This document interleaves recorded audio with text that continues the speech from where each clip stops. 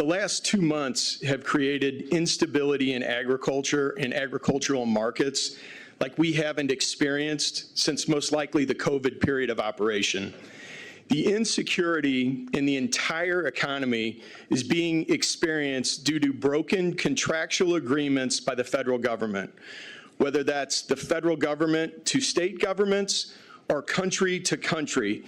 Long-standing agreements are not being honored.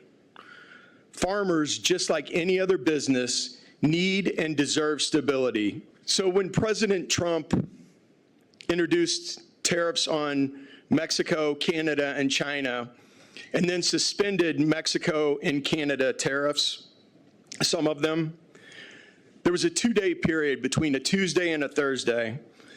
In those 2 days, corn futures dropped 8.6%, soybean futures dropped 5%, literally in 2 days. From a federal funds perspective, federal funds contractually agreed to by the USDA, U.S. Department of Agriculture, have been frozen or cut. The Trump administration has unilaterally cut or withheld funds that Congress has contractually authorized. Here's an example of some of those programs. LFPA, Local Food Purchase Assistance, $43.5 million in that program. About $18 million is still owed to the state of Illinois. Who is that program composed of? 176 farmers or producers. 58% of them have been farming less than 10 years. They meet the definition by USDA of new or beginning farmers.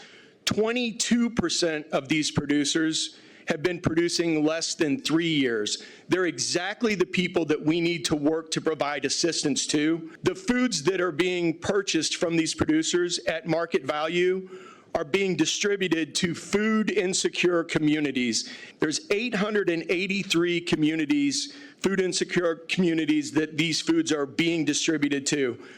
They are literally some of the most vulnerable in our state. It serves 85 of 102 counties currently. And again, please look at that pie chart because a large part of the counties that are served are in southern Illinois, not just northern Illinois. Should any of these USDA funds be permanently zeroed out, there will be impacts on Illinois taxpayers, especially those in rural Illinois. At the federal level today, there's a lot of talk about wasteful government spending. Let me tell you about some of the ways this kind of federal funding to IDNR benefits rural Illinoisans. For one, because of USDA funds, IDNR is able to help rural volunteer fire departments get needed equipment and training. That's all I've got in my area. Residents rely on our volunteer fire departments not only to put out house fires, but also to respond to car crashes. Reach hikers who have been injured at Shawnee National Forest. We have people fall from Garden of the Gods all the time. Rescue boaters on the Ohio River or recover a victim of drowning.